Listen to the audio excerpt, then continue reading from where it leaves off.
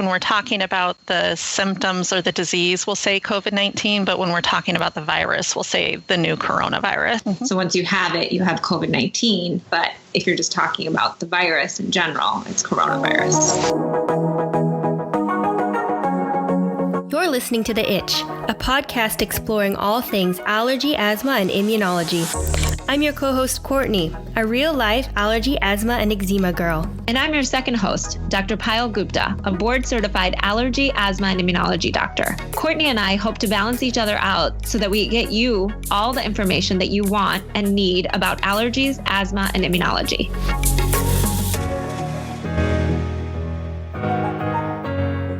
Today we're joined by Melanie Carver, the Chief Mission Officer of Asthma and Allergy Foundation of America, which we refer to as AFA in this episode. Melanie's been working on creating more resources surrounding COVID-19 and asthma, which is what we get into. We talk about September Asthma Epidemic, the impacts of COVID-19 on asthmatics, back to school during a pandemic, and the nitty-gritty of face masks. Before we jump into this episode, I want to warn you that you might hear some adorable baby sounds sprinkled through because this is our first episode we've recorded since Dr. G has become a mom and baby Phoenix joined us.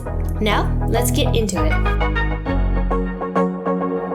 Welcome, Melanie. We're excited to talk to you today about COVID-19 and asthma. Before we get started, can you tell us a little bit about yourself and about AFA? Thank you for having us on today to talk about this important topic. It's very timely. My name is Melanie Carver. I'm the Chief Mission Officer at the Asthma and Allergy Foundation of America. I'm actually someone who lives with asthma and allergies myself, including food allergies.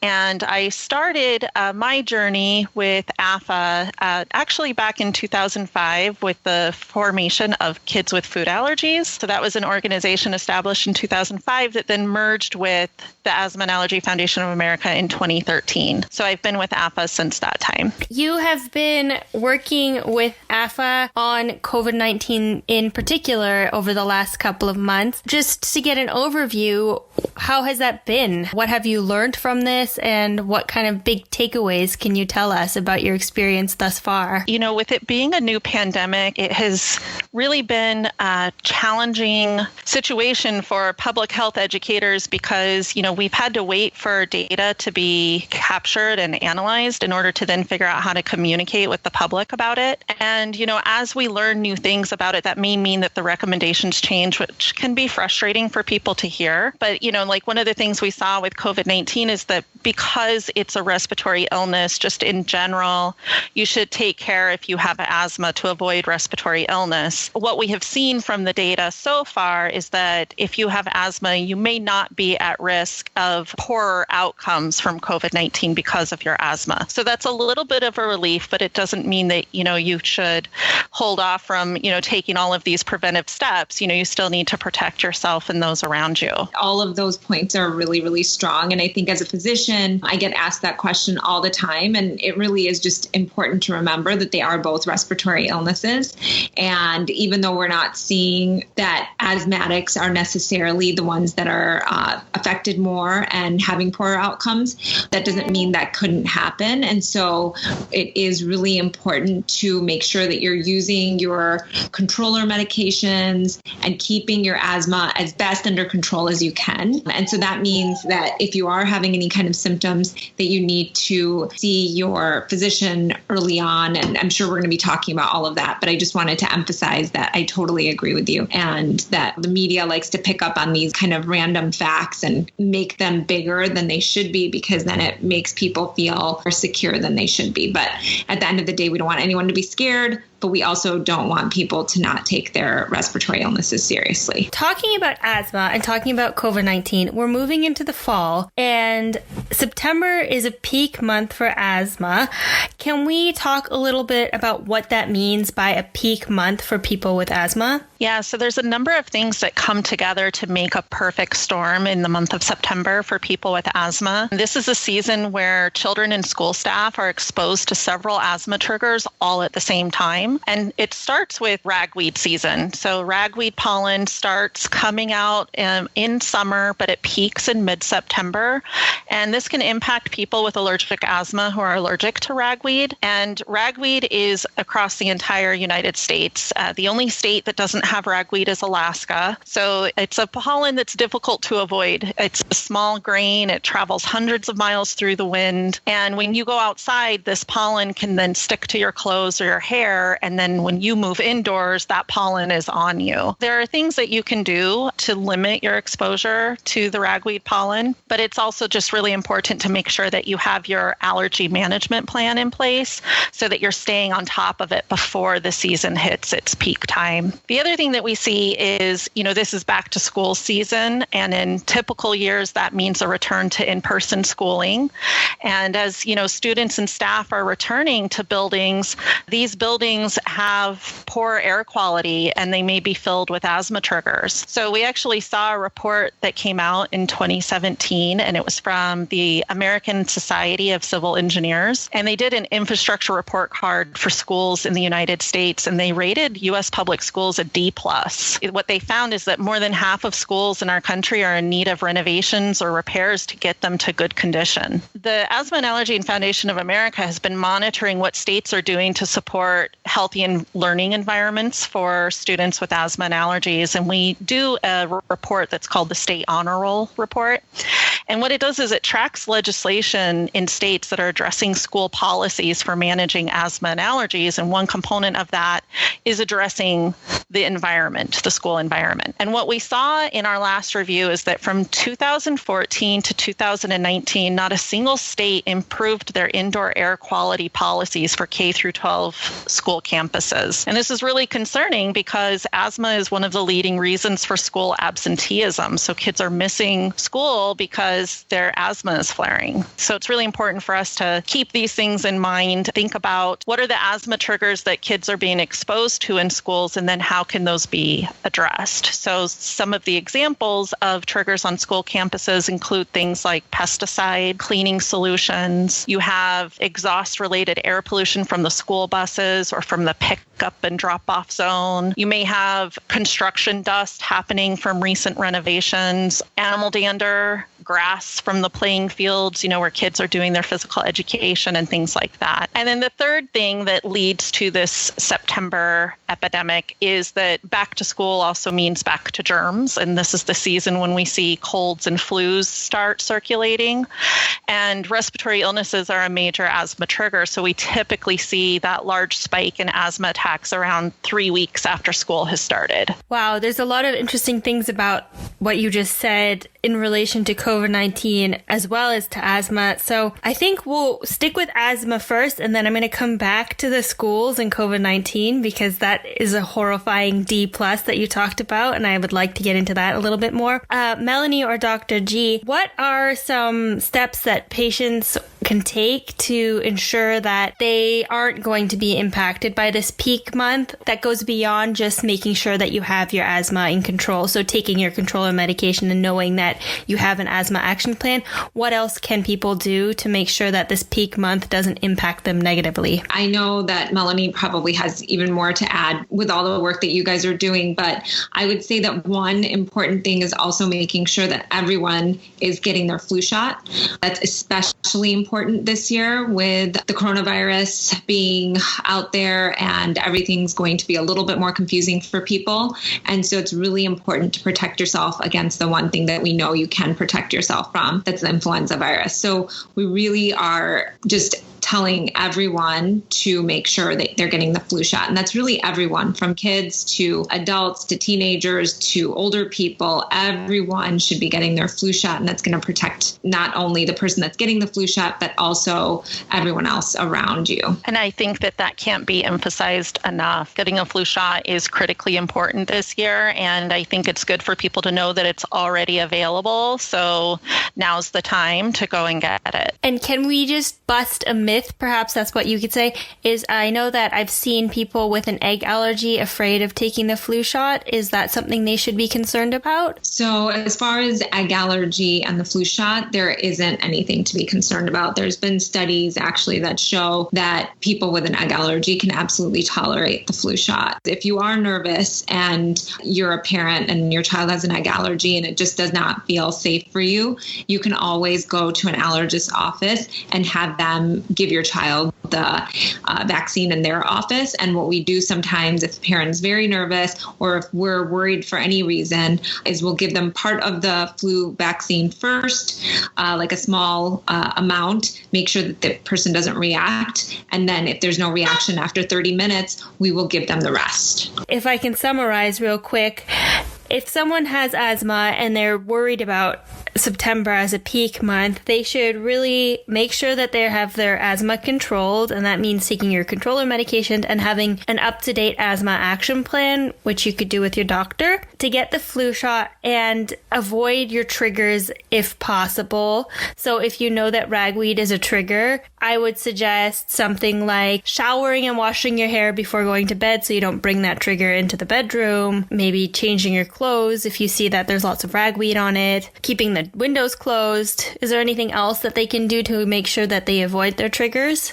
Those are all good recommendations, Court. I would also say that for pollen allergy, if you do want to keep your windows open, that having an air purifier can help. Real quick, before we dive into a little bit more COVID-19 and asthma, you mentioned something about public schools receiving a D+ about their conditions, and I'm wondering if your kid is going back to school this year and you're going back into a building that's only received a D+, is there something that a parent needs to do to ensure that their child is safe? A lot of schools are implementing new policies to help, manage COVID-19 as well. So I think it's just important to find out how your school district is handling the school environment this year. One of the things that's important for preventing the spread of COVID-19 is to deal with air ventilation, for example. So just checking in to see what is your school's policy, how are they handling maintaining their HVAC systems and things like that. Might give you a little bit more peace of mind. I think some classrooms where they're not able to have really high-end filtration systems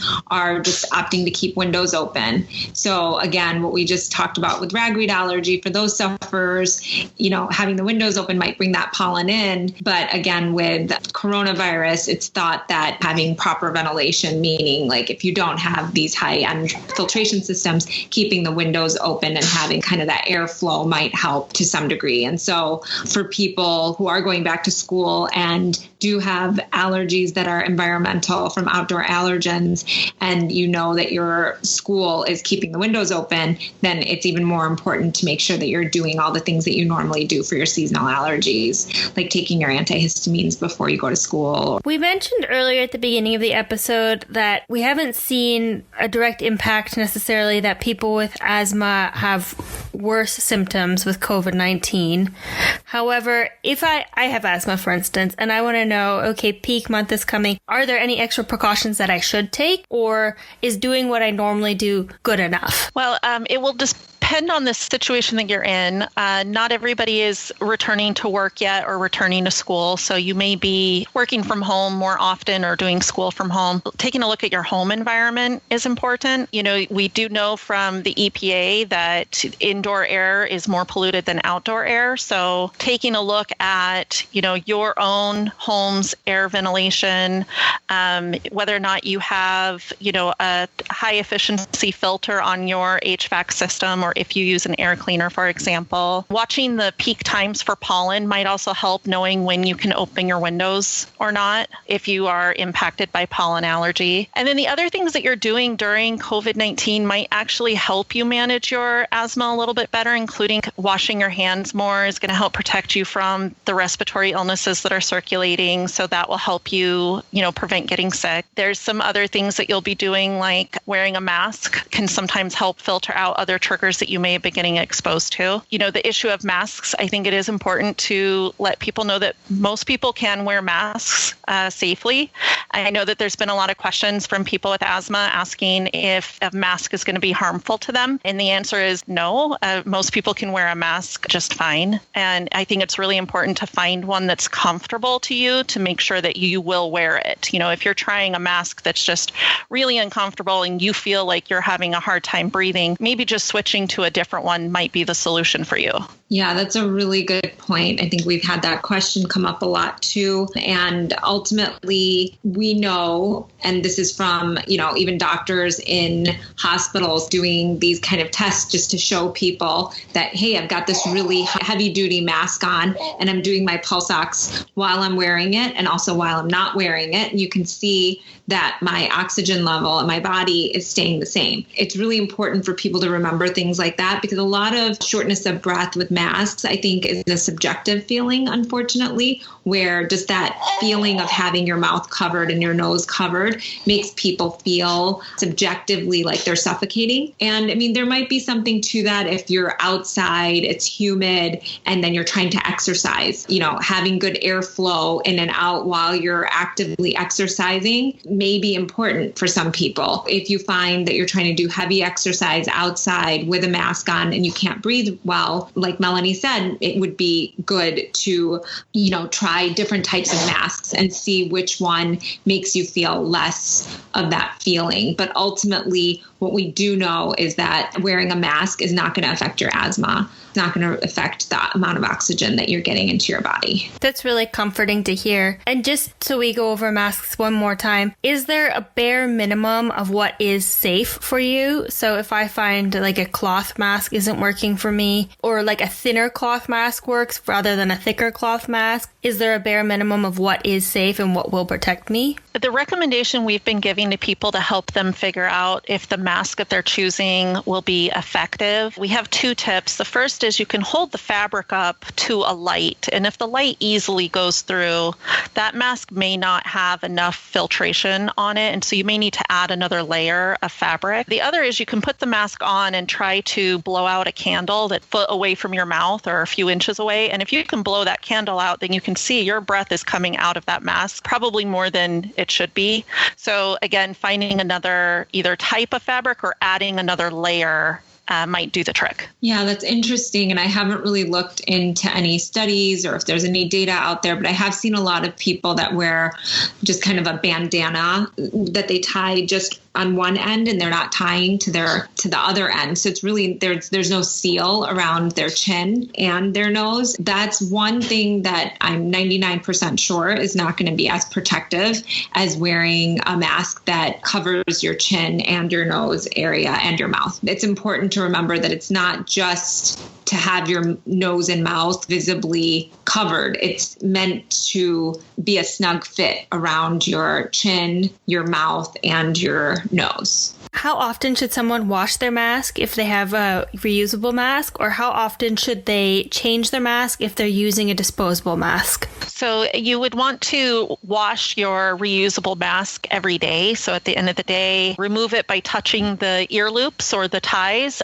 Try not to touch the front of the mask with your hands. Just, use the strings or the ties to remove it and wash it daily. You might need to replace your mask more often if you're doing things like physical activity in the heat and you've sweated all over your mask and, now it's uncomfortable. Or I had a recent experience where I was wearing my mask and my allergies hit me and I just kept sneezing in the mask. And so I needed to replace it sooner. Keeping the mask dry and comfortable is important. So you might need to swap out to a new mask more often if needed. And that's a really good point, Melanie, is that technically the reason that we're telling you not to touch the front of your mask is that front of your mask is what's protecting you, which means that it could be contaminated with respiratory particles from someone, even if they are wearing the mask or if someone's not wearing their mask and is near you. And so if you do end up touching the front of your mask, it's just another opportunity for you to wash your hands. And then as far as non-reusable masks and how often you should change them, again, it should be every day, but you may not have the ability to do that. And so you have to work with what you have. And so if you're not able to change it every single day, obviously, as soon as it's soiled sealed, or for a lot of these disposable masks, the loops on the side, the elasticity wears down after some time. And so people will be wearing them, but because the elasticity is down, it's really not providing a nice seal around their mouth or around their chin. And so as soon as it starts feeling like it's like dangling and not really secure to your face, that means that you have to change it and that you can't, and that it's not really protecting you if you continue to wear it. And for those who use reusable masks, do we need to clean it in 90-degree water? Is there anything that's specific to cleaning it? I would recommend making sure that you at least include soap into the washing mix. Just a rinse with water may not do the trick.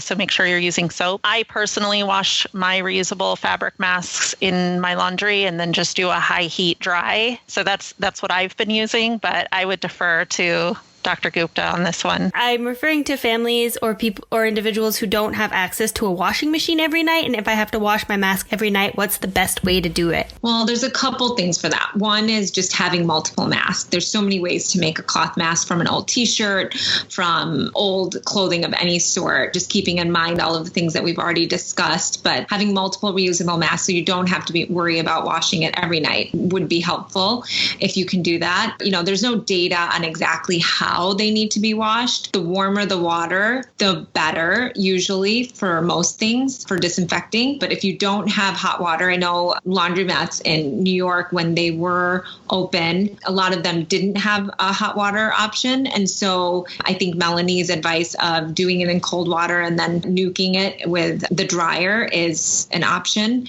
Again, soap and water of any sort is good, and then drying it to the best of your abilities.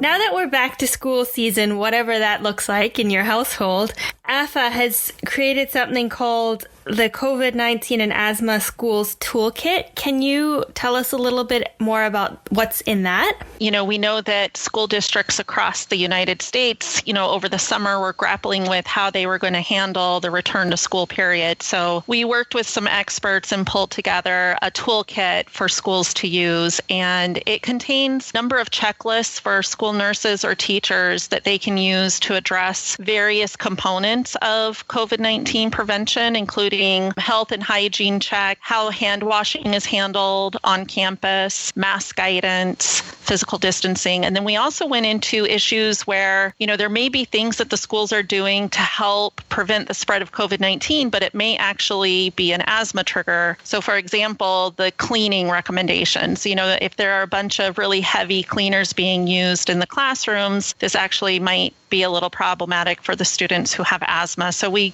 gave some recommendations on how to handle things like that. And then also went into air ventilation recommendations and specific asthma management issues like using a meter dose inhaler with a spacer instead of a nebulizer. If you use a nebulizer, you need to be in an area where you're not around other people. Thought is that if you do actually have COVID-19, the infection, then you use a nebulizer.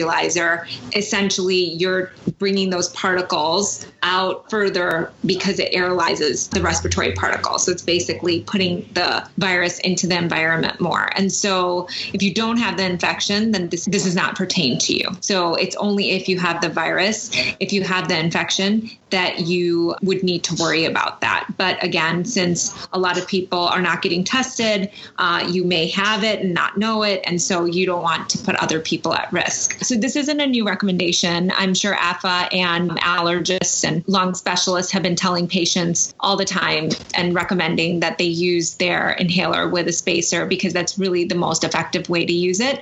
And we also know that studies show that using an inhaler with a spacer versus using a nebulizer, that they're just as effective. So again, not a new recommendation, but something that needs to be emphasized now. That's great. And maybe we can add a video or a link to more information about using a spacer. And if it's just as effective, I feel like it's actually more comfortable.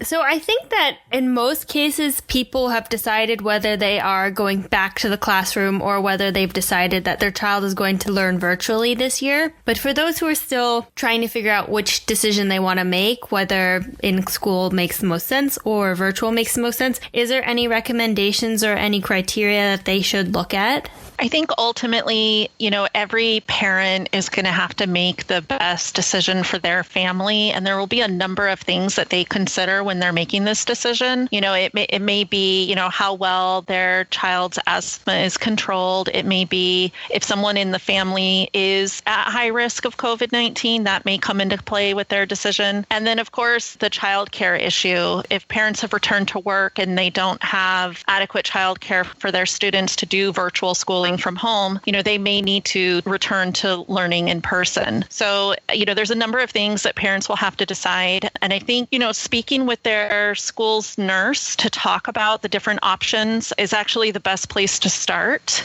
And they could also take a look at the toolkit that AFA has put together. Even though it's meant for schools, there's a lot of helpful information in there for parents as well. And as schools are reopening, we're going to see, how things unfold. And so we may add new recommendations to the toolkit itself. We do recommend that people sign up to be a part of our patient community, because then you'll get alerted if there are any new updates on asthma and COVID-19. So I would make that recommendation. You can go to aafa.org/join and register to get that free information. Great. Yeah, we'll definitely make sure to link to that. The last question I have really is, I know that AFA's put out some really great graphics kind of outlining the different symptoms of COVID-19 versus a flu versus seasonal allergies versus asthma. And I love that. And we'll definitely link to that and we'll share it on our social media. Can we just go over really briefly the differences between asthma and what COVID-19 look like if someone's feeling like they're not sure whether it's just they're experiencing peak September or maybe they've come in contact with COVID-19? This chart isn't meant to help people self-diagnose, but it is meant to help people just maybe understand what might be happening, and then they can take the appropriate action. So, for example, there are many symptoms that overlap between the two, but there are some differences. So, for example, fever is fairly common with COVID-19, but not with asthma. So if you are experiencing symptoms and one of them is fever, that's an indication to you that you need to call your physician. Shortness of breath occurs in both asthma and COVID-19.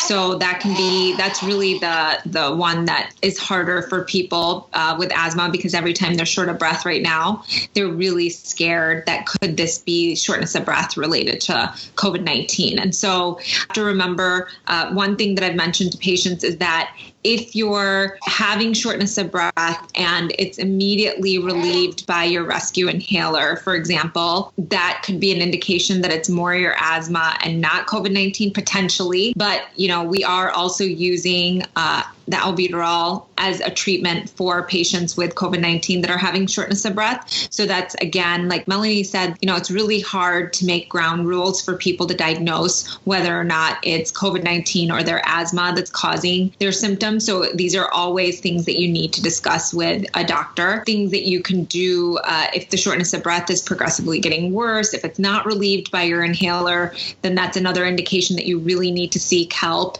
If it doesn't go away, that's another reason that you really need to seek help.